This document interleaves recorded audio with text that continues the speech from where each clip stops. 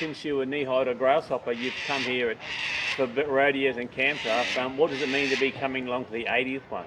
Oh, very, very honoured and very special. Like as you said, I've been coming here when Dad was secretary treasurer and mainly president. I can remember coming here with Dad and just like I probably wouldn't have been able to do much, but he always brought us along, and and I've done that same thing with my children as well. I've always brought them along to working bees and get them interested in the community.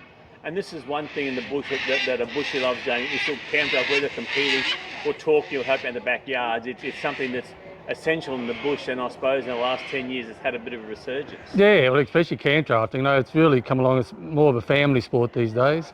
But yeah, like as far as clubs, like the rodeo club has always been a club, the Dingo Rodeo Club. We've just got things done. Like we don't wait around for other people to do things. We always get things done ourselves, and it's just I love because you're just working and mixing with people that you don't normally rub shoulders with at home. It's just fantastic.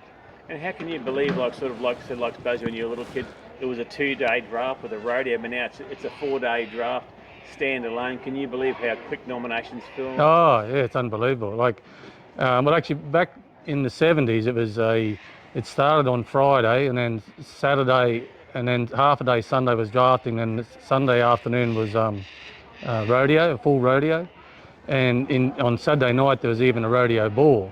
So what they did back then with like the power wasn't. I remember going down to the railway station with my mum and picking up a big block of dry ice, and that had to do them for the whole weekend. So it's amazing what they did back then. It's amazing the complex we've got here now. It's a credit to the whole club and the community.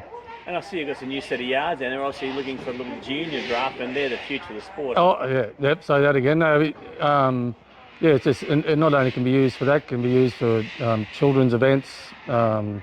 Hopefully cutting in the future. Yeah, I think it'd be a real asset to the club.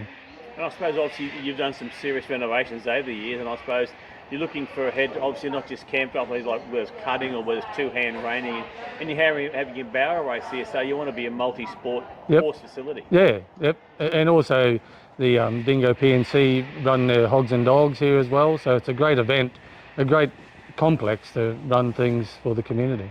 And where can you see the club going in the next 80 years? Getting bigger and better. I think as long as we keep the young ones involved and keep them coming along. Like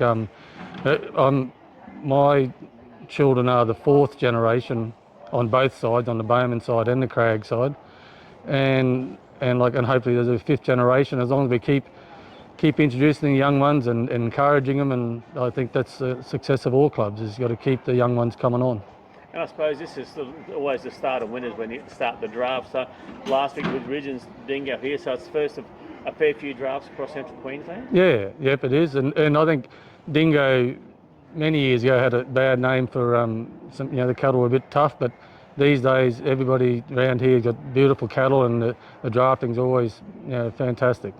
And I suppose it's also what being drafting, like with cattle, it's always a bit of a level playing field. Like a lot of blokes will muster on Friday and camp draft on Saturday. Yeah, not as many as them, but that's possible.